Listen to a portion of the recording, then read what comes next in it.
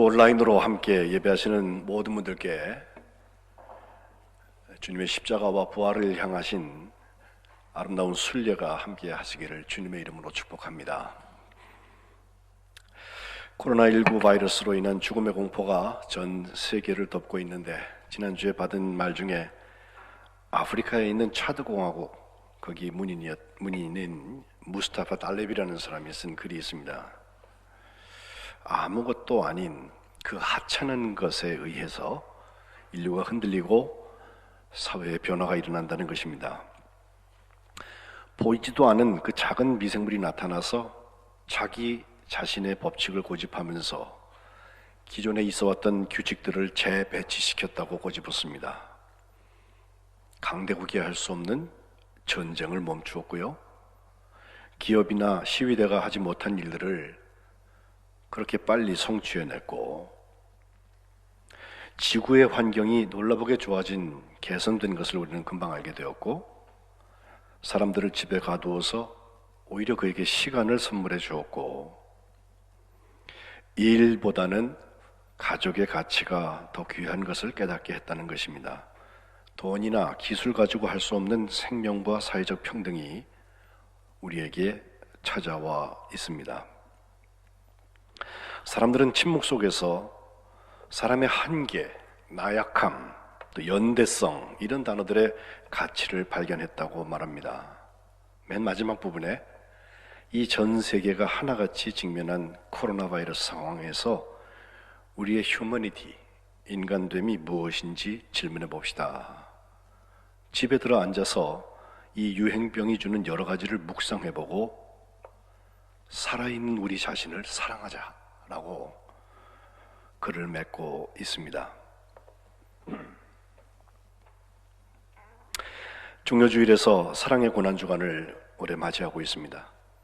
예수님께서 체포되셔서 불법 재판을 받으시고 십자가에 돌아가시는 일을 함께 순례하는 주간입니다.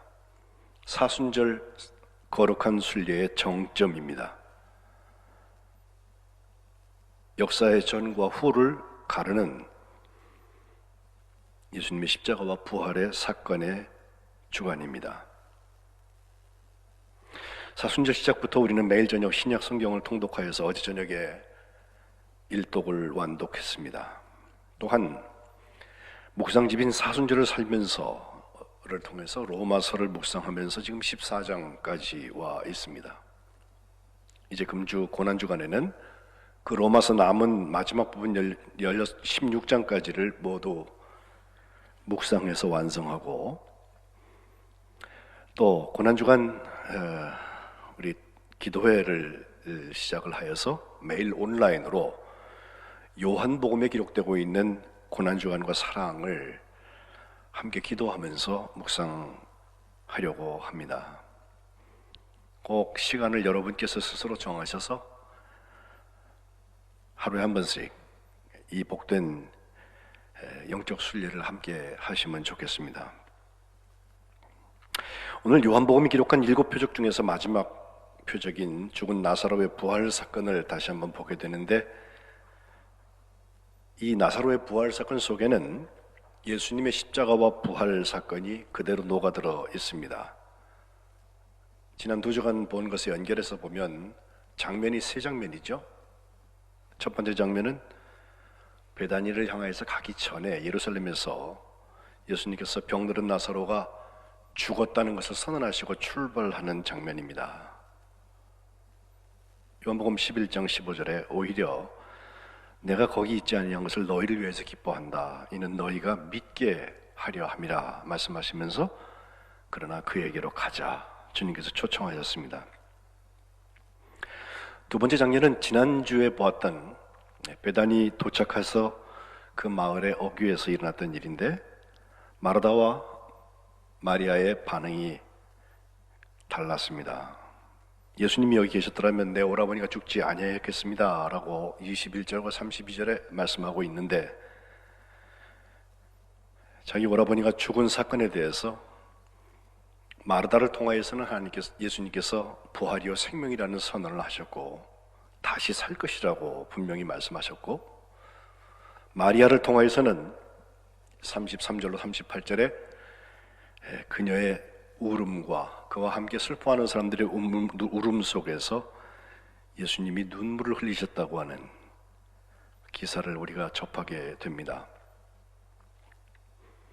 생명을 회복시키시는 부활의 감격은 그 사랑의 눈물에서 일어납니다. 그 눈물에 희생이 담겨져 있고 용서가 담겨져 있고 나눔이 담겨져 있으면 참 좋겠습니다. 이제 세 번째 장면인 주님의 그 무덤에 도착하신 장면이 오늘 본문에 시작이 됩니다. 이것은 분명히 표적인데 38절에 보니까 주님께서 도착해 보시니까 무덤이 있는데 굴입니다. 그리고 그 앞에는 돌로 막아 놓았던 무덤이었습니다. 먼저 마르다가 반응하죠. 예수님께서 돌을 옮겨 놓아라 라고 말씀하시는데 마르다, 부활이요 생명이다고 주님께서 말씀하시고 네 오라비가 다시 살아난다고 선언하셨던 그 마르다가 하는 이야기는 주여 죽은 지 나흘 되었습니다. 벌써 냄새가 납니다 라고 말합니다. 주님께서 다시 말씀하십니다. 40절에 내 말이 네가 믿으면 하나님의 영광을 보리라 하지 아니하였냐. 그 말씀을 듣고 마르다와 일행들은 돌을 옮겨 놓았다라고 하는 것입니다. 사람이 볼 때에는 죽은 지가 나흘이 되어서 벌써 냄새가 나고 이제 소망이 없는 것처럼 보일지 모르지만 주님께서 보시는 것은 죽을 병이 아니라 하나님의 영광을 위한 것이다. 하나님의 아들이 이로 말미암아서 영광을 받게 하려고 한다고 11장 4절에 출발하시면서 하신 말씀처럼 이제 하나님의 영광이 나타날 바로 직전을 설명하고 있는 것입니다. 41절에 계속되는 말씀을 보니까 돌을 옮겨 놓아서 무덤이 열려진 다음에 주님께서 눈을 들어서 위를 우러러보시면서 기도를 하십니다. 아버지여, 내 말을 들으신 것을 감사합니다. 항상 내 말을 들으시는 줄 내가 알았습니다. 그러나 이 말씀을 또 하옵는 것은 여기 둘러선 무리를 위한 것입니다. 곧 아버지께서 나를 보내신 것을 그들로 믿게 하려 함이니이다 라고 기도하고 계십니다. 이것이 감사 기도라는 점에서 우리의 마음을 부활과 생명을 향한 순례에 감사 체크 자리에 서게 합니다. 우리는 여전히 아직 일어나지 않은 부활 때문에 죽은 곳에 눌려서 감사마저 잃어버린 사람들은 아니죠. 주님은 그 죽음을 넘어서 일어날 부활을 분명히 믿고 계시기 때문에 또 하나님의 응답이 일어난다고 하는 사실을 기도 속에서 표현하시면서 아버지께서 예수님을 우리에게 보내주신 것, 그것은 이 부활 사건을 함께 경험하는 모든 사람들이 믿게 하려고 한다고 하는 말씀으로 감사 기도를 마무리하고 계십니다. 이제 43절 보니까 예수님이 큰 소리로 나사로야 나오라 라고 부르십니다. 주님의 부르심을 일어난 다음에 그 무덤 속에서는 놀라운 표적 사건들이 일어났습니다. 죽었던 자, 곧 나사로가 수족을 배로 동인 채로 나오고 있는데 그 얼굴에는 수건이 쌓여져 있었다. 그 상태로 어떻게 걸어 나오는지 모르겠어요. 어쨌든 나왔다는 거예요. 그러자 주님께서 풀어놓아 다니게 하라 라고 말씀하셨다는 것입니다. 이 나사로의 부활 사건에서 우리가 분명히 볼 수 있는 것은 그 주변에 있는 사람들이 예수님이 함께 계셔서 죽지 않았으면 좋았을 것을, 치유될 수 있었을 텐데 라고 바라던 사람들에게 오히려 부활과 생명을 주셨다고 하는 것, 그 부활은 죽음을 지나서 일어나고 있다고 하는 것,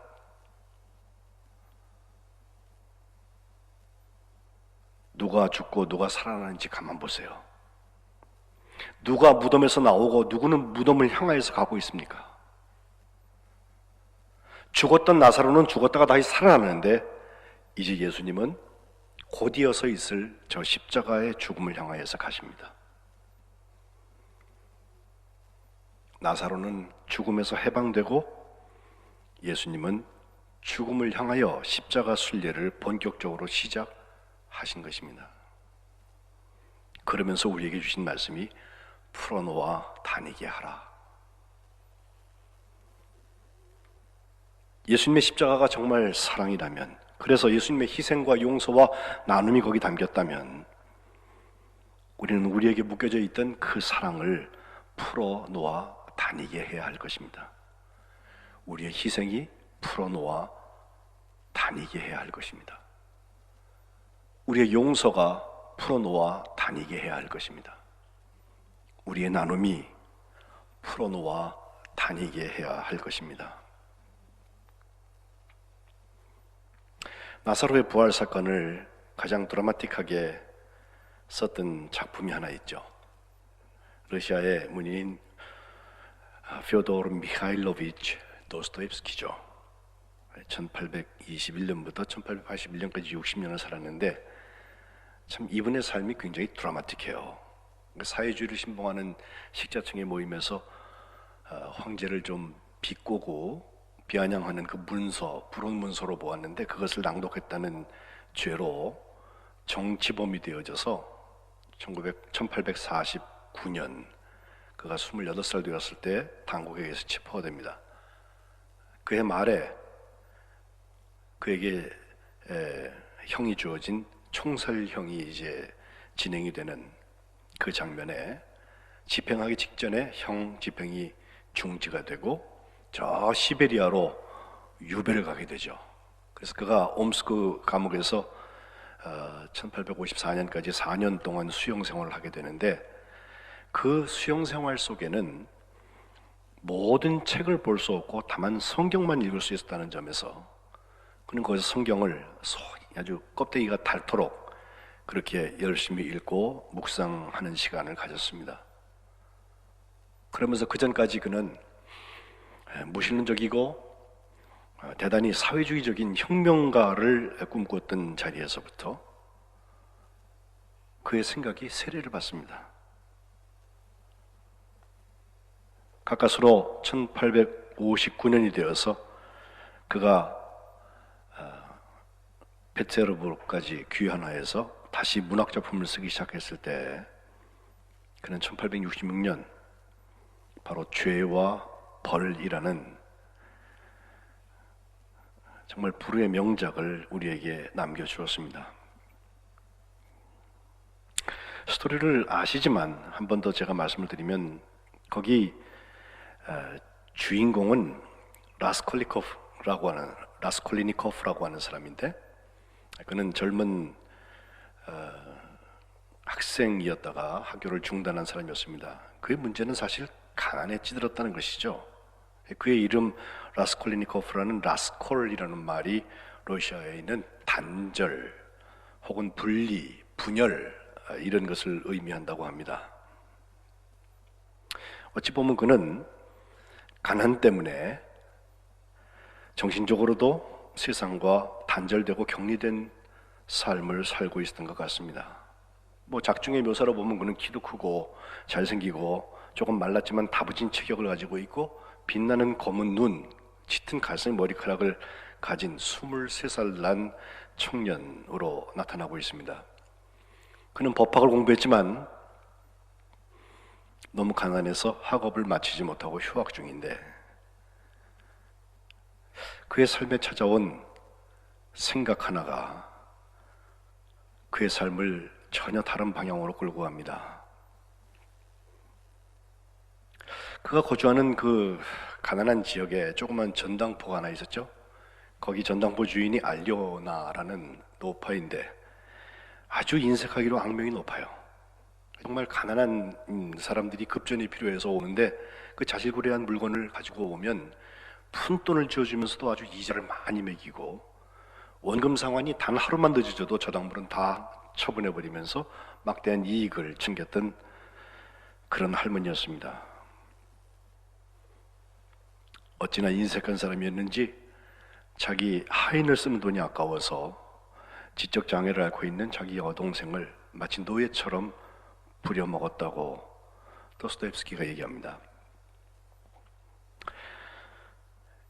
이 엄청난 사건을 라스콜리니코프가 바라볼 때에는, 자, 젊고 착하고 똑똑한 사람들은 돈이 없어 죽어가고 있는데, 이렇게 늙고 사악한 할머니가 그 많은 돈을 움켜쥐고 살고 있다는 게 도대체 말이 되나? 저 노파를 죽이고 그 돈을 뺏어서 불쌍한 사람들을 도와주면 어떨까? 어쩌면 수백 명, 수천 명의 사람들을 올바른 길로 갈 수도 있게 하고, 수십 가구가 극빈, 분열, 파멸, 타락, 성병 치료원에서 구원받을 수 있을 거야. 이 모든 일이 노파의 돈으로 이루어질 수 있단 말이야.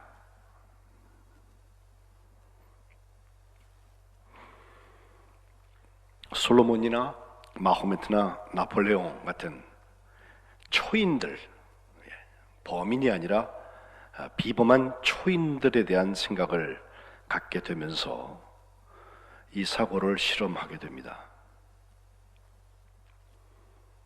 비범한 지성은 악인을 처단할 수 있는 권리를 갖는다는 신념을 갖게 되었습니다. 목적이 수단을 정당화하는 사회 정의에 대한 잘못된 생각이 행동으로 옮겨집니다. 도스토옙스키는 이 초인 사상을 설명하기를 공기 중에 유유히 떠다니는 이상하고 온전치 못한 사상이라고 표현했습니다. 꼭 코로나 바이러스 같습니다.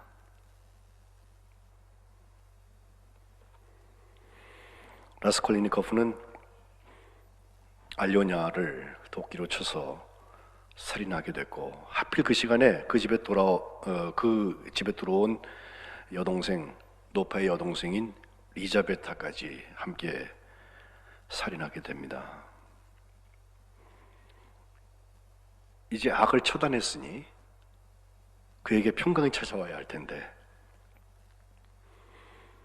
예상치 못했던 감정의 소용돌이가 그에게 찾아옵니다. 이상하게도 그 노파를 향해서 폭발했던 증오가 자기 자신을 향해서 돌아오기 시작합니다. 후회와는 전혀 다른 기이한 자괴감이 오고, 나는 전 인류로부터 완전히 단절되었다는 섬뜩한 느낌에 짓눌려서 시간이 갈수록 폐인이 되어가고 있습니다. 끝없는 고독감, 음울한 소외감이 갑자기 그리고 또렷하게 그의 영혼 속으로 파고 들어왔다고. 죄책감이나 자기 혐오를 통해서 거의 미친 사람 같은 행동을 보이게 됩니다. 바로 이와 같은 라스콜리니코프 옆에 이제 소피아 혹은 소냐라고 하는 여인이 나타나죠. 그녀의 직업은 몸을 파는 사람이었습니다.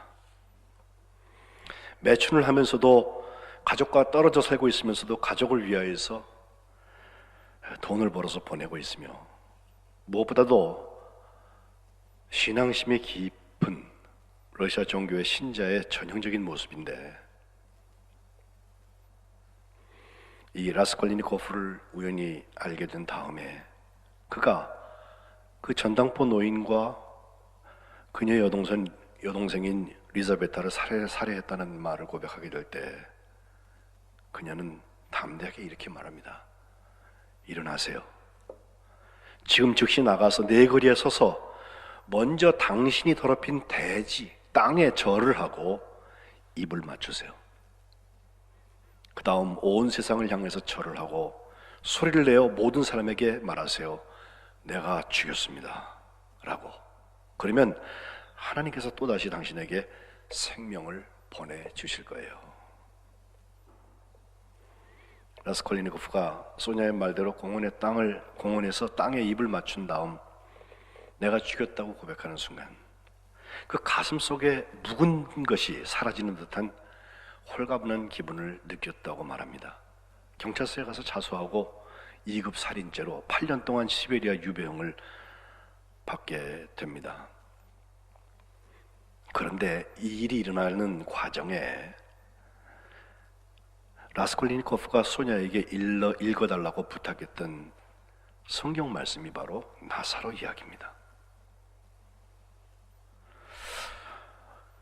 오늘 나사로가 나와라, 그리고 풀어놓아 다니게 하라 라고 하는 선언 속에서 죽었던 나사로가 예수님의 능력을 통해서 부활했다고 하는 것은 죽은 다음에 우리가 누릴 수 있는 현실이 아니라 오늘을 숨쉬고 있는 우리가 오늘 여기서 누리고 있는 완전히 새로운 실존 방식입니다. 나사로가 돌 무덤을 열고 나온 것처럼 라스콜리니코프는 자기 마음의 감옥에서도 나와서 광장을 향하여서 가서 거기 땅에 입 맞추고 내가 죽였다고 말해야 합니다.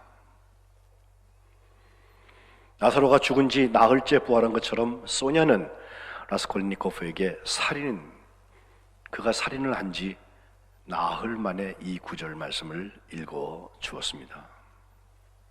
그리고 소냐는 시베리아까지 그를 따라갑니다. 언제까지나 그 어느 곳에서나 절대로 당신을 버리지 않을 거예요 말하면서 그에게 삼나무 십자가 목걸이를 걸어주고 시베리아에 가서 거기서 혹독한 시베리아 생활 속에 매일 면회를 찾아가고 참고 견디며 그가 병으로 몸져 누웠을 때에는 헌신적인 감으로 희생하며 그를 살려냈고 라스콜리니코프는 그때 소냐의 사랑을 다시 깨닫게 됩니다.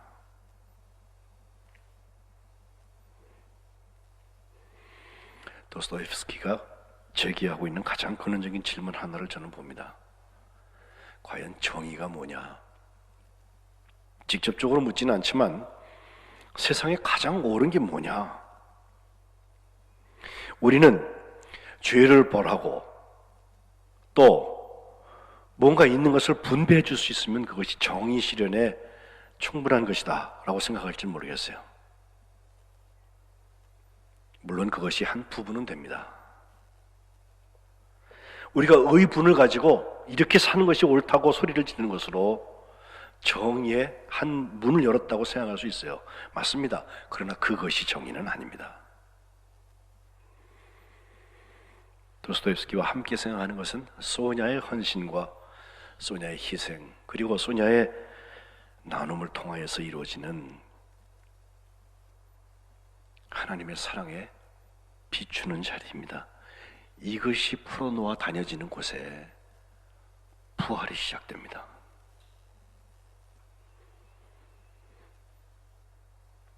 용서와 사랑이 없으면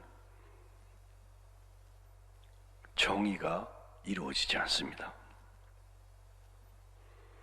정의에 헌신하는 사람들은 사랑하는 것 외에 다른 선택의 여지가 없다.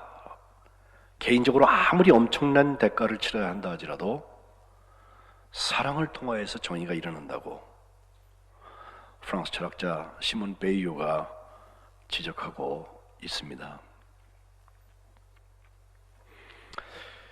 선거를 앞두고 있어서 그런지 수많은 사람들이 이렇게 해야 된다는 말들을 해요. 이것이 우리가 살 길이고 이것이 우리 사회의 해결책이라고, 이것이 정의로운 것이라고 나름의 논리를 가지고 설명을 해요. 그런데 양쪽에서 너무 달리 말해요. 제3의 길을 얘기하는 사람도 양자를 포괄하는 것, 그리고 정말 미래를 향해서 가는 것이 아니라 보면 바로 그 다음에 수가 보일 만큼 뻔한 얘기들을 해요. 예수님의 사랑을 통한 부활과 생명의 역사가 없어서 그렇습니다. 이제 우리는 주님께서 우리에게 주셨던 저 십자가의 희생과 용서와 나눔을 통하여서 나사로처럼 무덤에서 나와서 풀어놓아 다니기 시작해야 할 것입니다. 아직 코로나 바이러스가 창궐하기 때문에 우리가 더 조심해서 시간을 가져야 합니다. 사회적 거리두기 답답하지만 참고 견뎌야 합니다. 그러나 우리의 영혼이 거기 갇혀서는 안 됩니다. 나사로의 부활 이후의 사건들을 성경이 요한복음 2장에 기록한 것을 보면 두 종류의 사람들은 나뉘어요. 하나는 이 사건을 보고서 믿은 사람들의 얘기가 있어요.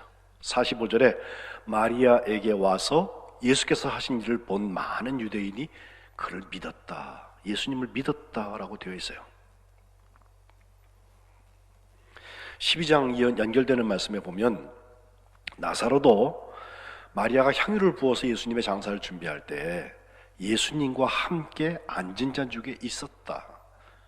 그렇죠. 풀어놓아 다니겠으니까 와 앉아있을 수 있잖아요.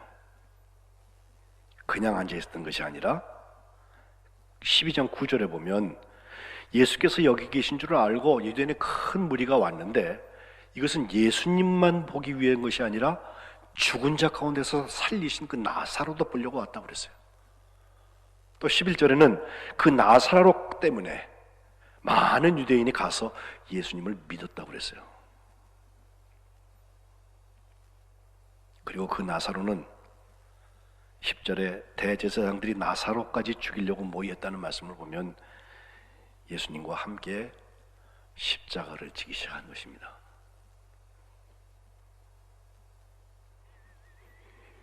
오늘 종료주일인데 요한복음의 종료주일 기사를 제가 예배 시작에 읽었는데 바로 12장 13절에 호산나 찬송하리로다 주의 이름으로 오시는 이 곧 이스라엘의 왕이시여 라고 고백을 했던 노래는 12장 17절에 가면 나사로를 무덤에서 불러내어 죽은 자 가운데서 살리실 때 함께 있던 무리가 증언했다고 그랬습니다.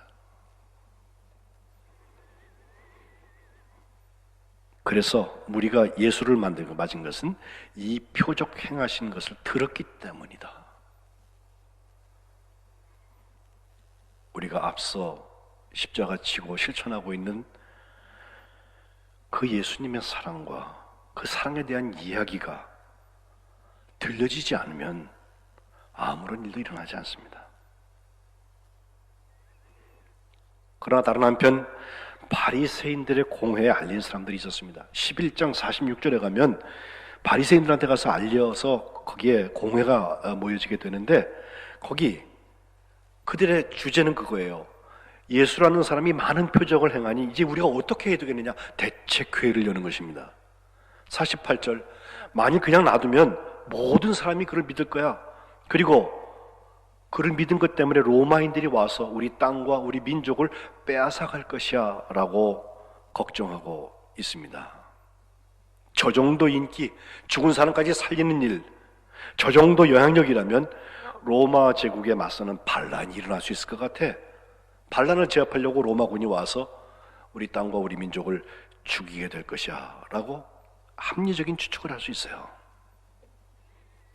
그런데 거기에 50절에 보면 대제사장인 가야바가 하는 말이 나와요. 한 사람이 백성을 위하여 죽어서 온 민족이 망하지 않게 되는 게 유익하다 하는 것입니다. 그 사람만 죽으면 온 민족이 망하지 않는다. 그러니 그는 죽어야 한다는 거예요. 예수님께서 그 민족을 위하시고 또 그 민족만 위할 뿐 아니라 흩어진 하나님의 자녀들을 모아서 하나가 되기 위하여서 죽으실 것을 미리 말한 것이라고 요한복음은 해석하고 있습니다. 물론 가야바의 생각은 그런 건 아니에요. 그래서 그들은 53절에 이 딸부터 예수님을 죽이려고 모의하기 시작했고 57절에는 예수님에게 현상수배를 내렸어요. 신고하여서 잡게 하라고 명령을 내렸다는 것입니다.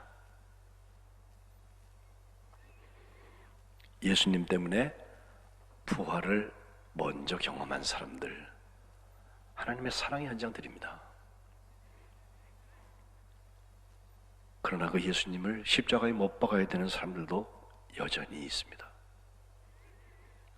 2020년 부활절에 우리가 분명히 보게 될 것입니다.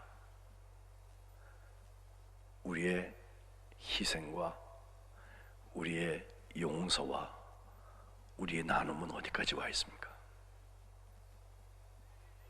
주님께서 이 고난주간을 통하여서 주님의 사랑을 우리를 통하여서 이루어 주시기를 주님의 이름으로 축복합니다. 기도하겠습니다.